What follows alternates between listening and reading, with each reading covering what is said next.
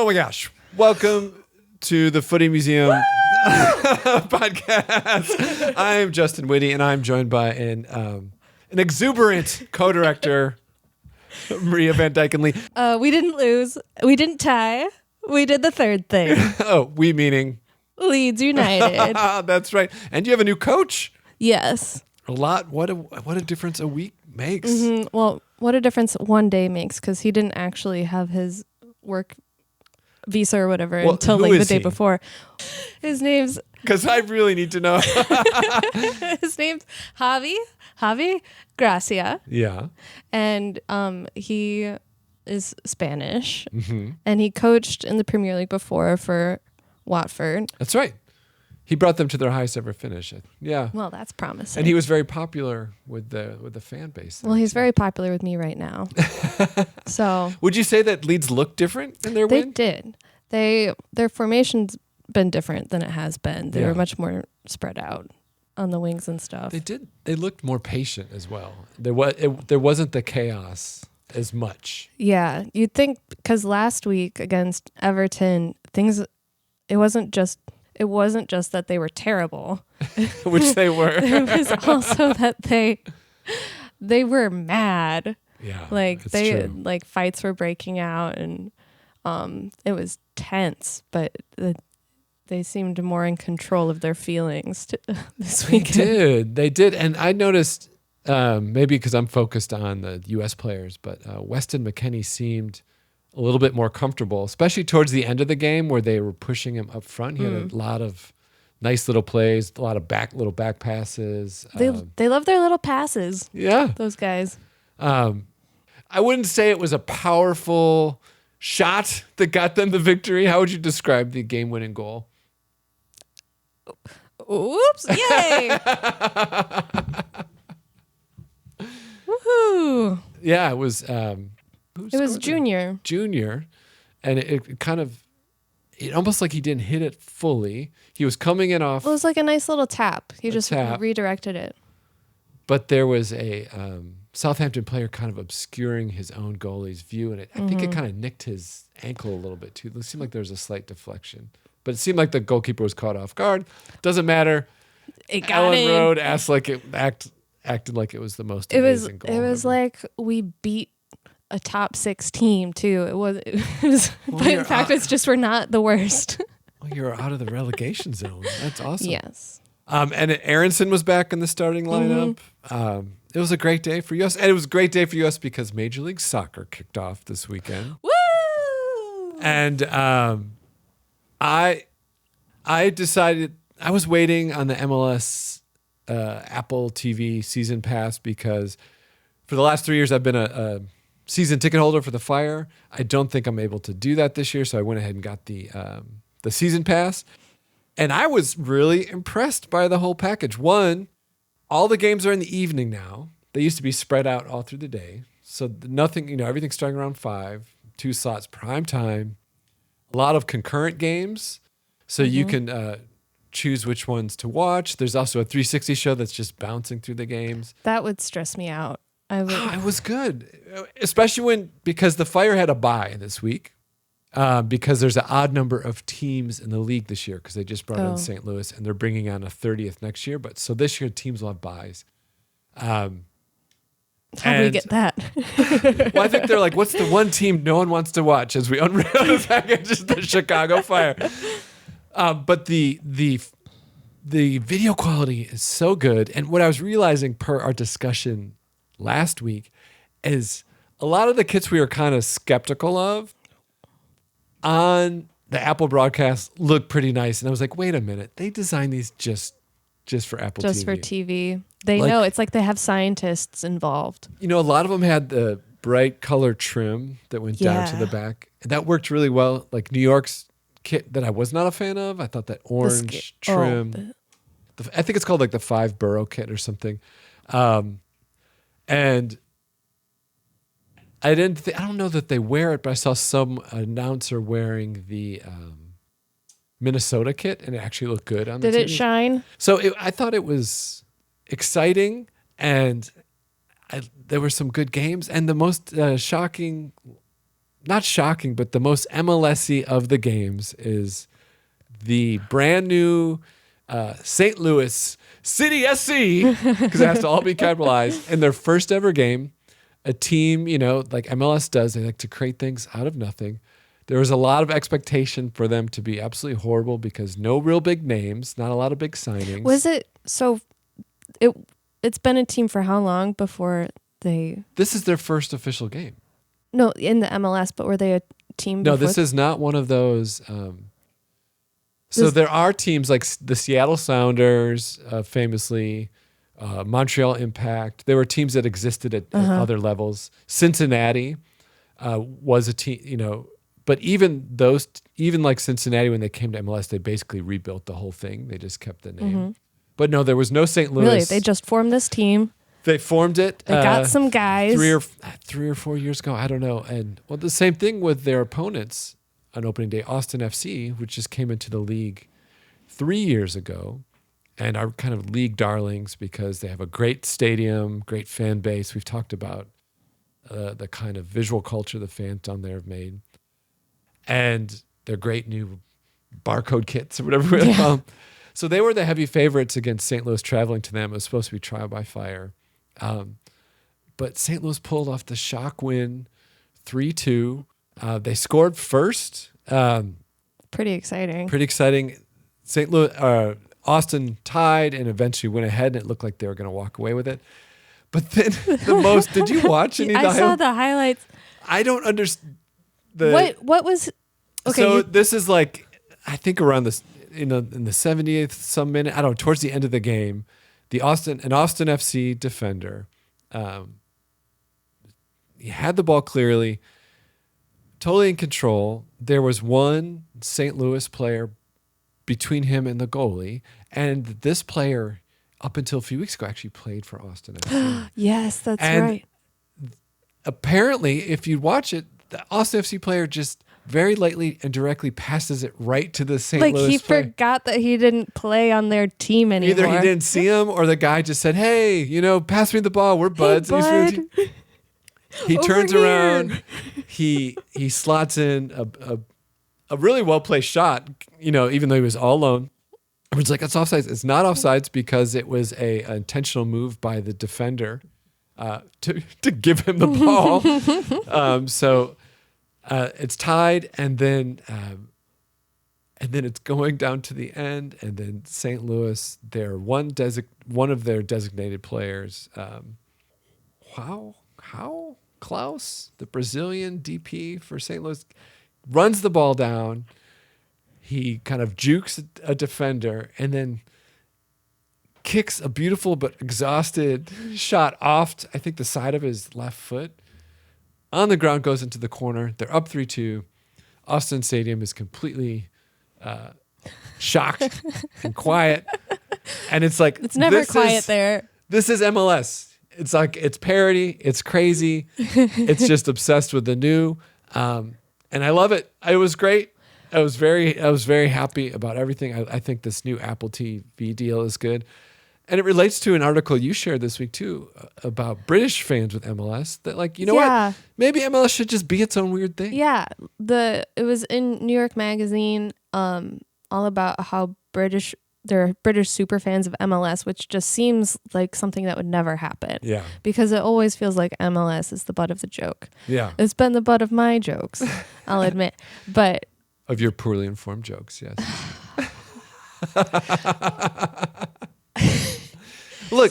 So these fans in Britain, they're like people who love America for some reason, and all of like the weird things we offer the world.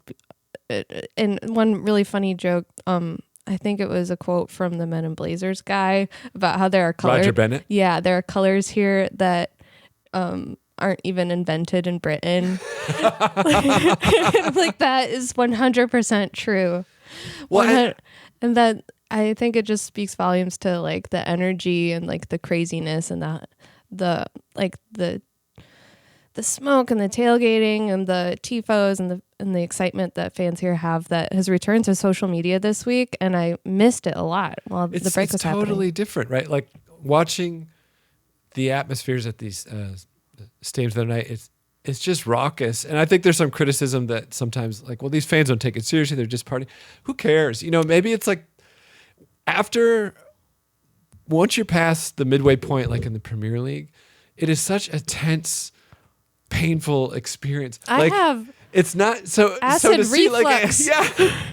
to have like exuberant. I'm too young for acid reflux. Exuberant games full of parody and where anything can happen and nothing really matters till August. Maybe that's not so bad. I like it. And, not having teams, although we do have a team owned by the City Group, but otherwise largely free of state-owned teams. Maybe there's an argument that MLS, maybe they're right, the rest of us are wrong. I know the owners of the proponents of the Super League in Europe probably think, yeah, they're right. There should be no threat of relegation whatsoever. Anyway, Apple TV Plus coverage, excellent. New Kids. 2 thumbs up. Excellent. I can't wait for The Fire to start next week. We got to get our tickets. They did not play this week because of the bye, but I think they'll be back. And I think they will follow the mode of St. Louis and DC United, 2 teams chosen by all the experts to be the worst, both with dramatic wins this weekend. I think The Fire, who have also been pegged to be one of the worst teams in the East, will show everyone wrong. Shaqiri's going to come true. And they brought in 38-year-old veteran Kai Kamara. Kai Kamara, who at one point played alongside our current coach, Ezra Hendrickson. That's how long he's been in the league. Kai has played for 10 different MLS teams. He That's always incredible. Scores a lot, but he's always kind of controversial. He can be a fan favorite, but always ends up in a situation where clubs are ready to move him on. Interestingly, the team he has scored the most goals against, Fire. the Chicago Fire. So maybe him being here all the time. He can tell them what's wrong with them. Or maybe it's just something about the location, like he'll score. And there's an exciting young Greek player probably coming in. So I have faith. And we thought, in honor of the beginning of the crazy upside down world of American top tier soccer, we would focus this week in our ongoing discussion of the design of badges and crests. Thank you, Earl of Mastery. Not quite, but Oh, what is it? the Earl Marshall. Oh, Earl Marshall. I like Earl of Mastery. Thank you, Earl Marshall, the head of all heraldry rules. Badge versus crest. Blah, blah, blah. Listen to the last episode if you don't know what I'm talking about. And we'll focus on badges and designs in American soccer. Maria, who are you talking about this week? This week, I thought we'd do something a little funky and talk about a women's team. Why is that funky? It's funky because we've been talking about men's teams. So who did you choose? I chose the Portland Thorns. The Portland Thorns. Great club. Yeah, really great club. They're often, if not winning the league, they're top finishers. So they've had 3 league titles in the last 10 seasons. Let's see. 2012 was their earliest season, and that's when the league formed. Okay. The National Women's Soccer League. And the origin of their badge is, I think, pretty fun. They've had a lot of really high-profile players. Yes. Haven't they? So 2 of their current high-profile players who both play for the women's national team are Becky Sauerbrunn Okay, yeah. and Crystal Dunn. Okay. Are the Thorns, are they affiliated with the Timbers? They are. They're owned by the Timbers, or by the same company as the Timbers. Timbers. So it was in 2012, 2011, that they wanted to form this team, and they formed it from the old Portland Rain, or from some of the resources, but then bought that team, I believe, and formed the Thorns. Oh, like okay. RAIN. Oh, RAIN. Because of the rain. Oh, In Portland. wow. I know, right? I can see why they changed it. They would change it. So yes. And can I just say that I'm really glad they went with thorns and not roses, Oh, because yeah. I feel like that would have been, or like petals, Yeah. or like The pastels. Flowers. Also, I know they probably just went with Thorns because then they can have PT and PT. Oh, Portland Timbers Timbers and and the Portland Thorns. But I like it. So how they developed this branding was in a very cool way because they actually went with a designer who was a big supporter of the Timbers, a man named Brent Diskin. And he was a graphic designer, and he made a ton of really cool posters for the Timber supporter group. And they knew Timbers being one of the first top U.S. teams that really had a strong supporter culture. And actually, I think one of the reasons why the Thorns are so successful as far as their support goes is because the Timbers supporters really took on the Thorns, and they set all the records for attendance records in the league. They're like reaching 20,000 people in the stands, which is pretty cool. So they got in touch with... That is a very cool field too. It's a former baseball field, I believe, and the baseball team that played there, there's a documentary on Netflix, and it was like Kurt Russell's dad owned it or something like that. Fascinating. Yeah, sorry. Carry on. So Brent Diskin, who was making these really cool like propaganda style posters for the club, they got in touch with him, and he developed their crest or their badge, which I was actually surprised that a man designed this.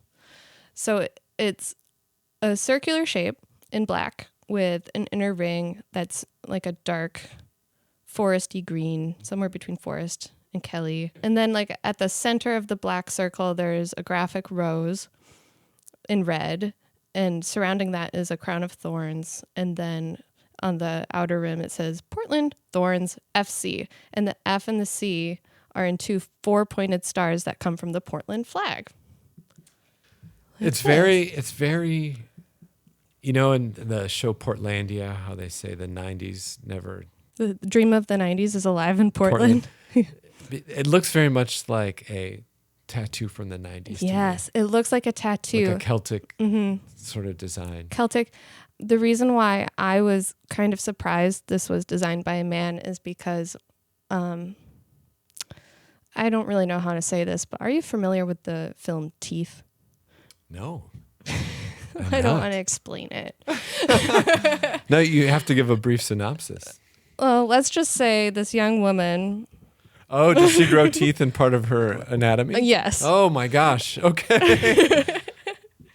So I don't know. Flowers are always used as like a symbol for female anatomy, and it's surrounded by this ring of thorns, and it just feels very feminist to me in this like Portlandy Giorgio O'Keefe way. But also, I mean, that's that the Teeth film does bring up a very vivid image, but sorry. But like the NWSL and U.S. women's soccer player and very specifically the Portland Thorns supporters and players have been outspoken in a lot of issues, including with their own club. With their own club and their own coach, because their own coach was accused of and let go for sexual misconduct. One of many issues at NWSL in recent years, yeah. And also like the club kind of covered it up. So that's, it's very like, and of course this design was made before any of that happened, but it's one of those things where it's like, can women not get a break at all? So well, think that's about like all this. I can see when I look at this, and I think that's part of it. Well, I think with that whole scandal, and it also was very much affected the Red Stars in Chicago. I think in Orlando is one of the worst places. Not just abuse, but also the psychological treatment of players by a lot of male coaches was really horrendous. Yeah, so interesting imagery that already existed, but in light of things that happen in women's sports relating to abuse. So yeah, I mean, I thought of that before I even knew about all of those issues. Like when I've seen this before in the past, I'm like, hell yeah, that's a cool logo. It is. I mean, it is. I was joking about the 90s, but it's do not F with this club is what this logo it's what looks it says. And they've gone through not very many redesigns. They add stars for their league wins. Yeah. And right now they have a version that's all monochromatic in the rose red, which looks nice applied onto different appliques. And then they have this in their shop. They have this nice. cool like little hanky thing or it's a blanket. It looks like a hanky. It's a full blanket, but they changed the tea towel. No, it says blanket. It's their champion's blanket. It looks like a hanky, but I'm sure if it arrives on your porch, it will be large like a blanket. And they did it the crest, the badge in black and red and gold. It's quite nice. And Portland fans are also known for pretty phenomenal tifos. Yes, they are. And I mean, that just goes to show you, like with their supporter group that's so passionate and shows up. It's pretty cool. And a lot of these recent ones are all about how like the club belongs to the fans, the club belongs to the players. It doesn't belong to all the people who the owners and anybody who covers up abuse. And this is the supporters group is the Rose City. The Rose City Riveters. Okay. And the Timbers is the Timber Army. Right. Yeah. So yeah, they've got a lot of really cool stuff going on. The great thing about Providence Park, where both the Thorns and the Timbers play, is it was a baseball field, and I did look. It was Kurt Russell's father, Bing Russell, was at one time owner. You don't hear that name a lot. No, and this is another team. At least the Timbers. I don't know if it's true in the Thorns that there were teams before they were in MLS, and then kind of got moved up to the top tier. So I don't know if the Rain. The Rain, that's right. So they were both existing. So there's this culture. And the stadium's right downtown, but they've adapted it quite a bit. So it's very soccer specific now. But because it is baseball design, there is a curved area that would be what you imagine behind home plate. Right? So if you think about a baseball stadium, and it has this subtle curve to it, and it makes a perfect stage for these tifos. Oh. So they're able to hoist them up from the upper deck in this curved area, and it's like perfectly behind one of the goals. It's really, you can see in that picture there, the curve of it. This? Yeah. So originally that was the stand behind home plate, and those were the stands. Now it's exclusively for soccer, and they've built a lot of expansions, and it's regularly listed as one of the best atmospheres in both NWSL and MLS. But that's great. I really love that. One thing I like in this kind of collaboration between these two themes, well, two things I like. I like that the Thorns have their own name, and it's not just right. You know what, the most infuriating thing being a female athlete, and like when I was playing in high school and we were the Eagles, but they'd always be like, the Eagles are playing this week, and then the Lady Eagles are playing, and we were like, what's a Lady Eagle? We're Eagles too. It is like nothing's more demeaning than being absolutely. So I like that they have their own name. I also like that there's this kind of brother sisterhood between these two teams, and they in their shop, if you look, they do some collaborative designs. So that they have this one in support of Ukraine and peace in Ukraine. That's a axe crossed with a rose within a shield. They actually did a benefit game, and I believe both teams were mixed gendered, but and included some coaches to raise funds. I remember that from last year. Yeah. No, it's great. It's a great example of the two teams sharing not only a space but a culture and the support from the fans. I feel like with the Fire, that's a big issue because the Red Star are much better than the Fire. I mean, they made the playoffs last year. They have some great, like some of the top women's national team players. I think when they were both in Bridgeview, there's a little bit more crossover because you would go to Fire games and there'd be representatives from the Red Stars. But they have different owners. It's a little separate. A little bit less. But I would love to see that pairing because one, we can have a winning team to support. No, I mean, I have faith in the Fire.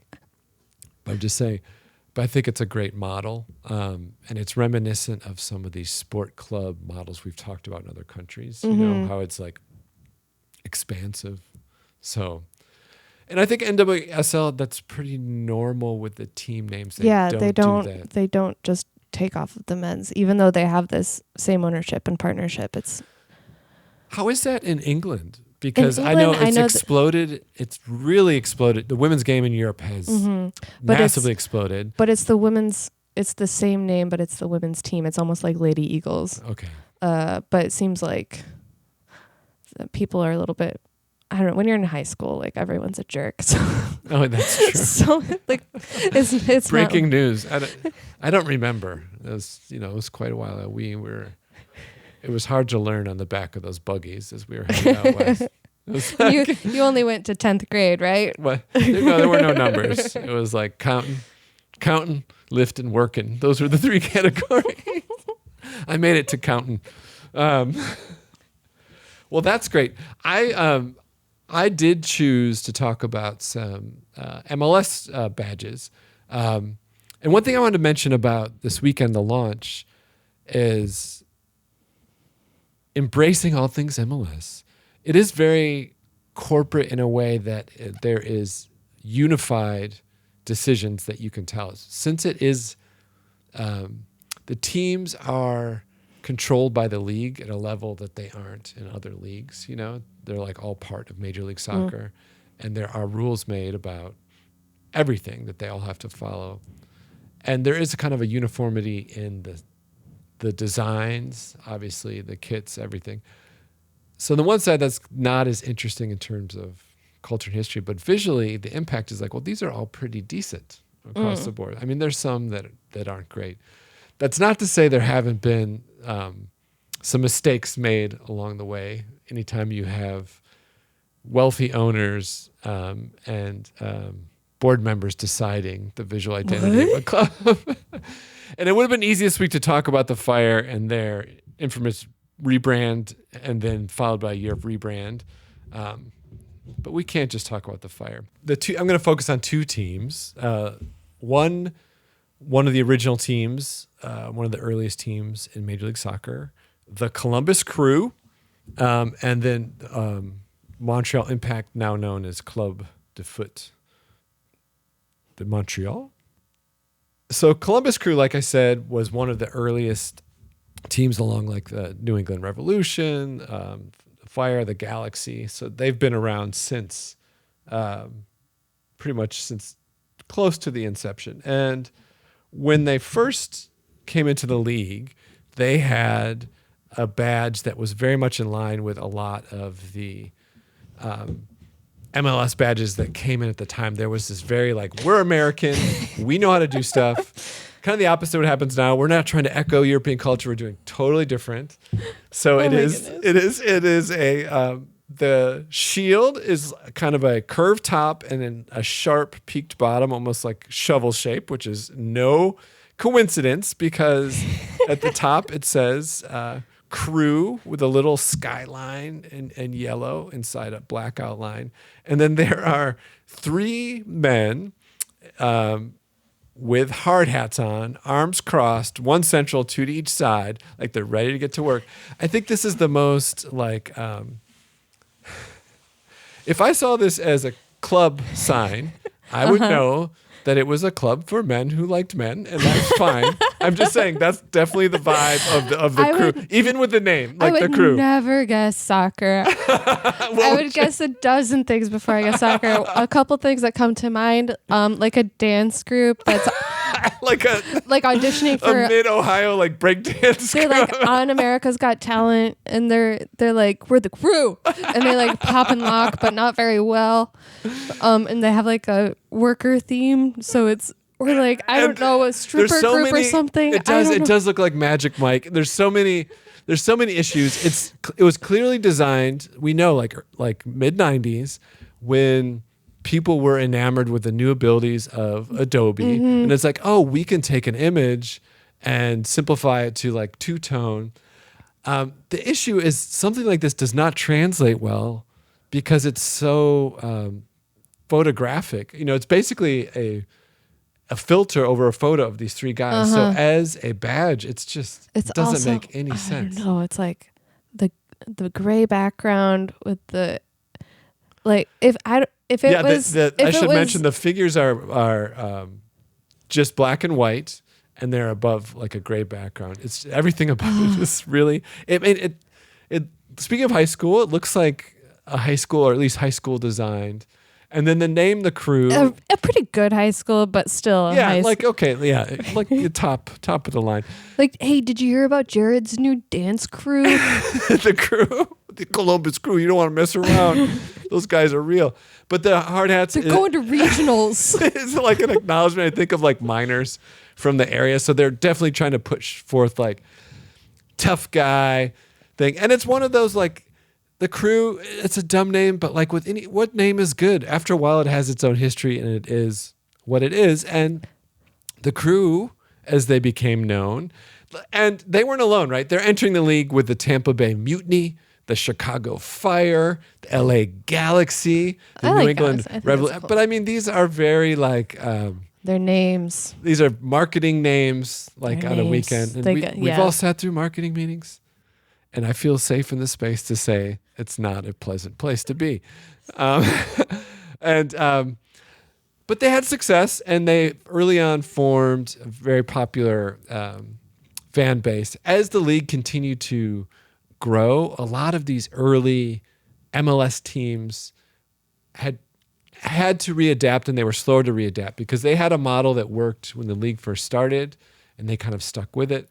And so when you get to around 2013, 2014, you have a lot more teams in the league. Things are a lot more professional. MLS has grown a lot. And all of a sudden, these teams like the Crew and I would say the Fire and Revolution, how they had been operating, but also the look, the age of their stadiums just wasn't up to par. So they had a new owner come in, I think around 2013. And in 2014, he made some adaptations to their stadium that was basically, again, a really good high school stadium. It was their stadium. It was like bleacher seats. Their attendance had gone down. He decided to rebrand, and he did a rebrand. It's pretty good. They moved to a circular rebrand. I would think this is a very Bundesliga feel, like a Bayern Munich vibe for sure. Yeah. So it is circle with black and yellow outline on an outer ring, and then in white letters, it's Columbus Crew. They have the SC for soccer club. I believe that was added at this point. And then an interior circle that is divided in half. The left, I would say left, but it's an angle, is a yellow and black stripes with a little shield that says 96, which is the year the team started. And then the bottom is a yellow and black checkerboard, which to me is really the reference to, I don't know if it's a direct reference, but it brings up to me like a Bayern badge for sure. That's the yellow and black is so Bundesliga. And it's like Dortmund and Bayern had a baby in Ohio during spring training or during the preseason. The love child, the American love child. But this is I think they nailed it. I think one of the best things about it is the updated yellow. That's true. Yeah, it is. It was like an like orangey, golden, and now it's like a neon, straight yellow. very clear. And it looks. I would say it would be universally identifiable as a soccer badge. I think it still keeps the identity with the 96 and with the Crew, and the fans loved it. It was a very popular rebrand. Now, the same owner, he also years later really wanted to move a stadium downtown, and Columbus wasn't meeting his demands, which I think were extensive for the city. And so he, and unfortunately, along with the support of Don Garber, the commissioner of Major League Soccer, decided that they would move the team to Austin because they really wanted Austin to be this MLS hotbed. They said it's perfect. It's kind of like, this is where youth culture is. This is the market we want. They want us there. The crowds in Columbus are bad. we can't have the downtown stadium. MLS was really focused on building downtown stadiums because they said our audience is young, they're urban. We want the walk to the stadium experience. This is very important. And so he threatened to move the team to Austin, and it became this huge deal. The city of Columbus fought back, said you can't, with the charter you made with us, any team that uses public funds for any reason can't move without 6 months' notice. The fans really gathered together and started a whole Save the Crew movement, which caught on throughout MLS because this is a founding club. So imagine like a founding club in England decided like, oh, you know, it's not working out, so we're going to move. Like, can you imagine like if Liverpool was like, well, oh, we're now going to be, I don't know, that we're moving to Wrexham because football seems to be doing so well there. all the young people are in Wrexham. So there was this pushback, this fight. Eventually ended, I think, around 2017. Again, if the date's exactly wrong, that the club was sold again. This time, the primary owners were now the owners of the Cleveland Browns. They came in. They built a new stadium. It's a beautiful new stadium, one of the best in the league. They had saved the club. Everyone loved them. And because everyone loved them so much, they said, you know what we need to do? We need to really try to screw that up. So what they did is in 2021, they decided, without anyone asking and anyone wanted, not just a rebrand, but they renamed the team as well. So despite having run it by supporters groups who said this idea is awful, we hate it, they went ahead. They changed the name from Columbus Crew to Columbus SC, and then they changed the logo to what is a banner. And I learned... Oh, that's what it is. I learned it's also the shape of the Ohio State flag. So what it is, it looks like because a tapered... everyone knows that. a tapered banner. So rectangle that's wider at the top, and then the bottom has 2 points. So it's weird. It looks like it's receding in space. And then... Yeah, it's like a shape that you don't know what to call it. And then throwing back to their history of referencing amateur dancing groups or other juvenilely designed products, in that banner there is now a large C, the ends of which are pointed in an unnecessarily claw-like manner. Oh, So, and it angles up following one of the points at the bottom. And then for no explanation whatsoever, filling that other point of this banner flag is just a triangle that serves no purpose other than to make it look like a G. yeah. And It's like got pinchy fingers on the end. Pinchy fingers on the C. It looks like it's like you did not keystone your projection properly.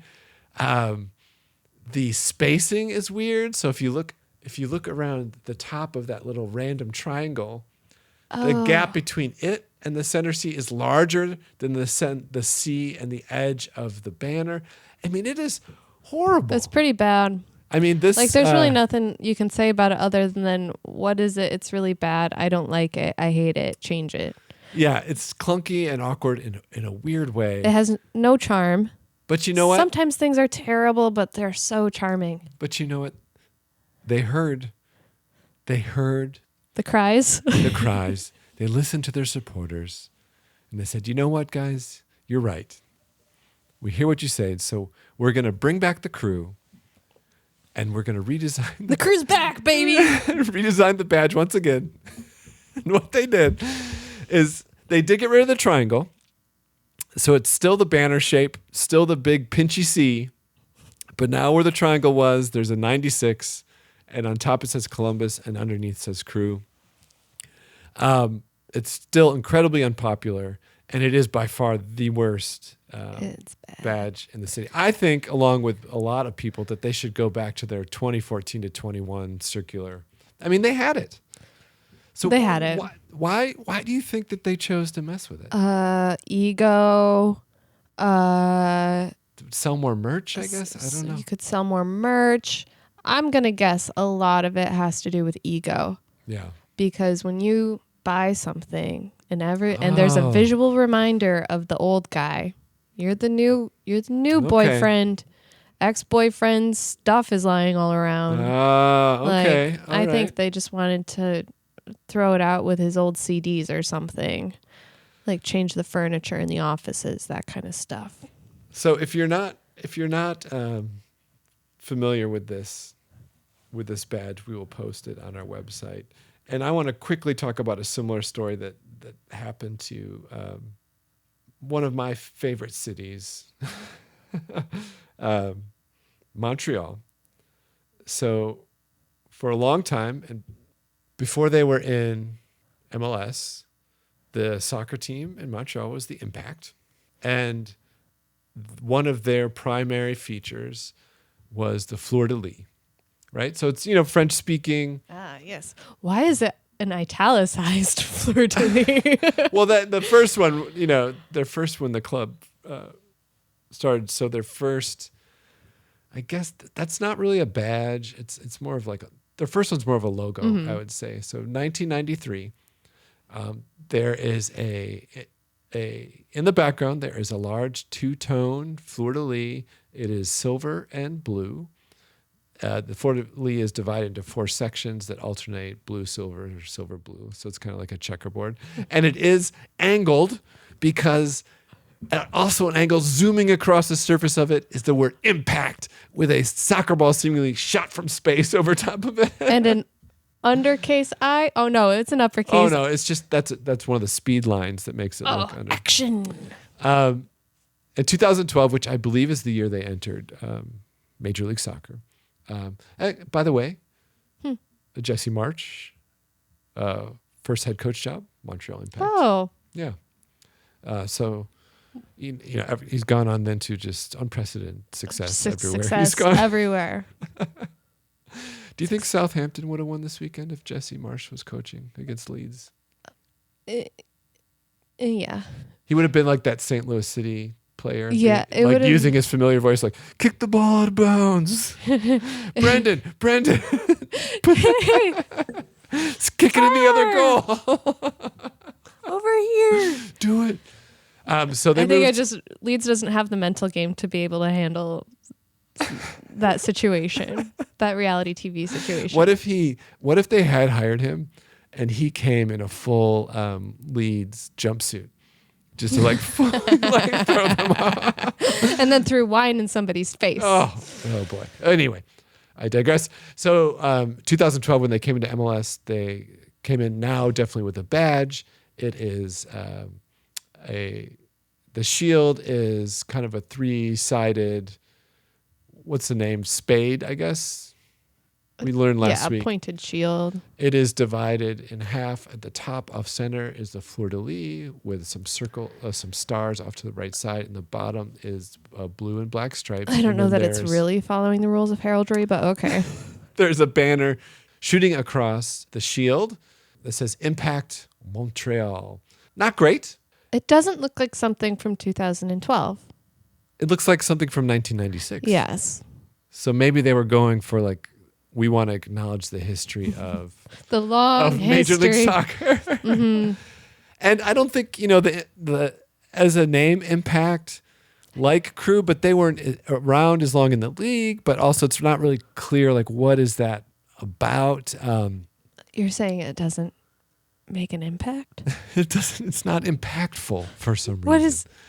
What is the word? But the thing is, like, they are an interesting club. They are really on again, off again. Briefly, Thierry Henry was one of their managers. He actually left just a year ago while there were still intense COVID restrictions in Canada. He just couldn't handle the distance from his family. They were one of the first MLS teams to go really far into the CONCACAF Champions League. When it's real cold out, they play in that grand old Olympic Stadium in Montreal, which is just crazy, gigantic, awful, and wonderful. And then they have a charming field, Stade Saputo, because the owner of Saputo cheese or food or pasta, whatever. Anyway, he's the owner of the team. But in 2021, Why did my stomach just rumble? in 2021, they decided to update to a more modern badge, again, that they thought would be more internationally recognizable. It could help with their international brand. And they also decided to change the name. These teams with the name changes, like I get the Impact's weird name, but you have fans. The Fire tried to do the same thing. They were going to be Chicago FC or SC. People grow attached.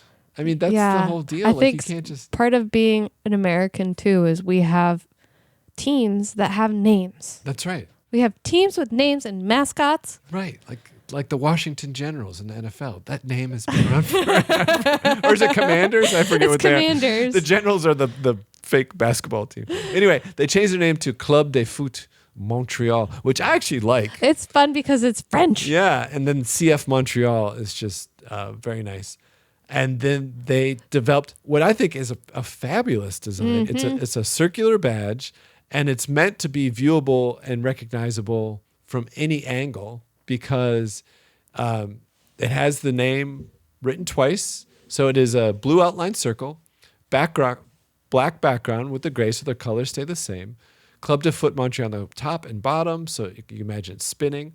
And then in the middle, there is a wonderful snowflake type design that has arrows with, I would say, a callback to Impact pointing in on M's. I just saw the M. Yeah, the M's that kind of help the leaves of the snowflake. And it also is a great reference. Anyone who's gone to Montreal know that the remnants of the Olympics there, which was like peak 70s, 60s, 70s kind of design, is everywhere from their subway. It's definitely in the Olympic Stadium where Montreal plays. It has that vibe as well. I think the logo from those games was a snowflake as well. I'm not sure.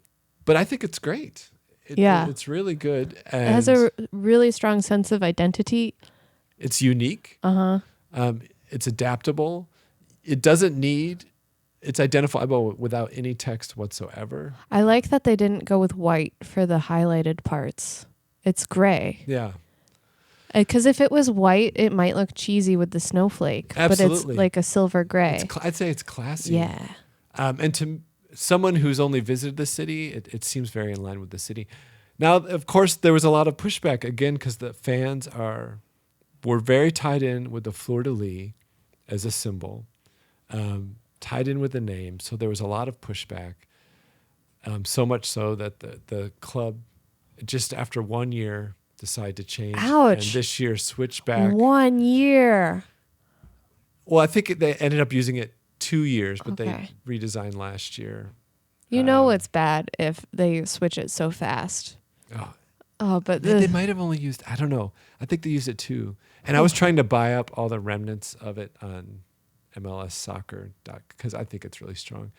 And then they came back one that it's almost like they took a program and said, can you mash our last two? Oh no, they did the thing where Logos they together. stick a shield inside of a bigger shield. So they kept the circle. They're like, you want a shield? Here's a shield. Here's a shield. Here's another shield. But now there's a very thick outer ring that's divided. It's almost 2/3 of it is blue and it says CF Montreal. So it's still Club de Foot. They did not go back to Impact. The bottom of the outer ring has the stripes. So reference back to when shield was divided in half with the stripes on the bottom. 1993, the founding date at the bottom. And then in the inner circle, breaking out the edges of it, is a shield in the shape of their first MLS crest that has the stripes behind it and a silver fleur-de-lis. Now, there's been a lot of jokes. If you look at it, it actually looks like a simplified figure who has a mask on top of his head, who has his head bent down. Do you see that? Has his head bent down. Yeah, so imagine these are the shoulders. Oh yeah. Here's the head, and he's bent down. Like some sort of bird man. He's like someone in a bird mask with their head. It is Birdman looking down at the date. Yeah.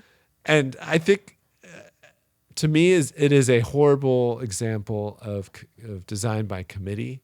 And I know we started this with talking about some of these initial changes are when the clubs don't listen to the fans. But there's also examples when you have to trust your decisions. Oh man, you know what's so crazy about this?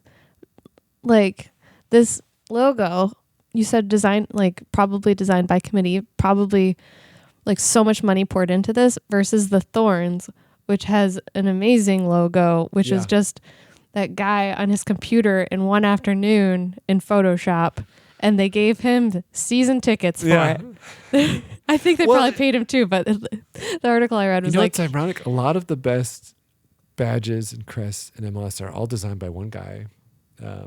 Or Wolf. Woman.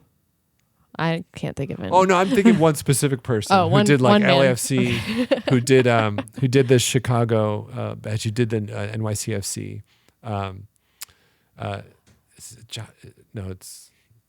I think it's Wolf, right? Wolf sounds familiar, like double F. Yeah. Anyway, it's by one person, and there's that kind of that singularity of vision, perhaps.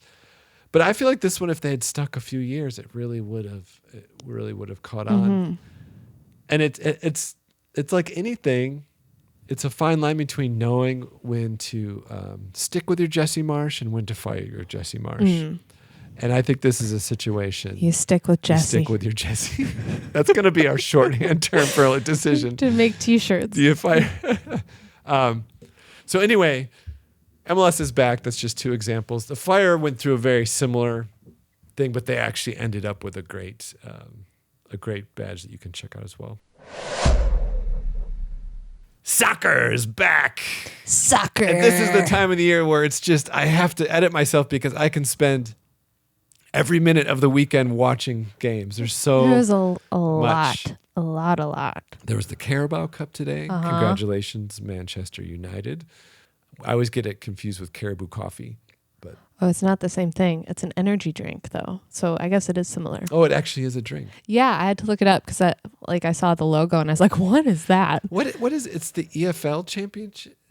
It's the League Cup. The Carabao League Cup. But how does it work? I don't understand. So it's just the Premier League competition outside? What is it? No. What is it, Maria? So FA Cup is like every team in England. Yeah. Like it's the open to all. Arsenal to church leagues. Yeah. I'm pretty sure League Cup is like just if you're officially in the league, like League Two. So League Two to Premier League. Well, we will research. I know that it's taken the least serious. I do feel bad for Newcastle, their chance to win hardware at first time in a long time. Man. Everything's heating up at both the top and bottom of the tables in England. U.S. soccer's going. NWSL must be starting any day now as well.